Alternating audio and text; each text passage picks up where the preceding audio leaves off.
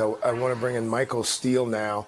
Michael Steele, spokesman for House Speaker John Boehner, also a senior advisor to Jeb Bush at one point. So, Michael, let's just start with what we just heard there from Garrett on this January 6th commission. The family of the officer who died after that attack on the Hill, going door to door, asking Republican lawmakers to support the commission. We just heard from his girlfriend there. How do senators say no to that? I don't know. It's going to be very hard. I think that we can never forget the tragic events of January 6th, the assault on the cathedral of our democracy, the U.S. Capitol. And I think that the political calculation, which I understand, that half of Republicans don't believe that the president's supporters did it or that he incited them, and you're going to need those voters in the midterms next year. It's a very hard argument to make to grieving widows, grieving mothers, and tell them that, you know, the Justice Department is investigating. There will be other commissions, other investigations. This particular approach is not something I can support. And I think it's a real risk for Republicans in the sense that if there isn't a bipartisan commission along these lines, you will get a partisan investigation along the lines of the Benghazi investigation that House Republicans did, run by House Democrats. And that's going to be a more aggressive, probably less responsible investigation into the attack and the former president's role. Speaking of the former president, Michael Steele, there is this Quinnipiac poll out that I wanted to ask you about specifically.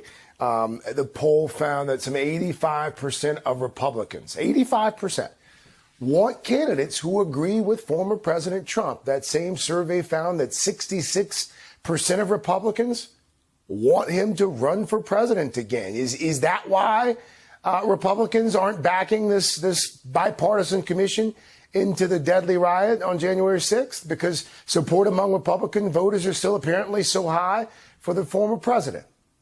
Yeah, I mean, Republicans are looking towards next year's midterms. You know, after we lost the 2 Senate runoffs in Georgia and the majority in the Senate along with them, Republicans lost their seat at the table in Washington. They lost the ability to have a substantial influence on policy and pull it in their direction.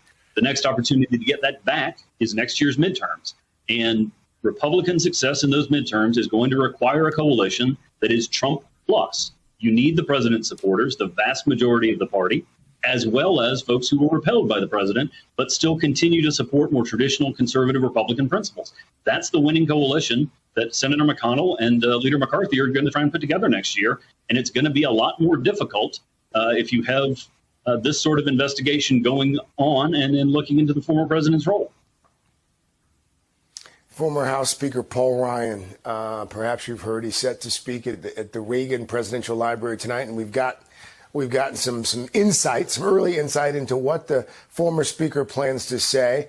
He is in part expected to issue a warning about the party's reliance on former President Trump, saying, quote, if the conservative cause depends on the populist appeal of one personality or on second-rate imitations, then we're not going anywhere. You work for Paul Ryan. What do you make of the speech? What kind of reaction do you think that's going to get within the party? I'm looking forward to the speech. I think that there's a real question whether the Republican Party going forward is going to be the party of Reagan, open, inclusive, broad-minded, optimistic, or the party of Trump, which is narrow-minded and backward-looking and excited by all these silly grievances.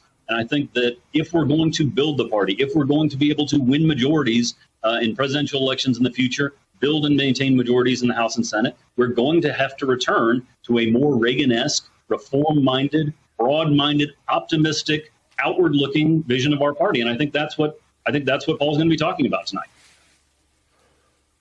Michael Steele, we will leave it there, sir. Thanks as always for the insight. Thank you.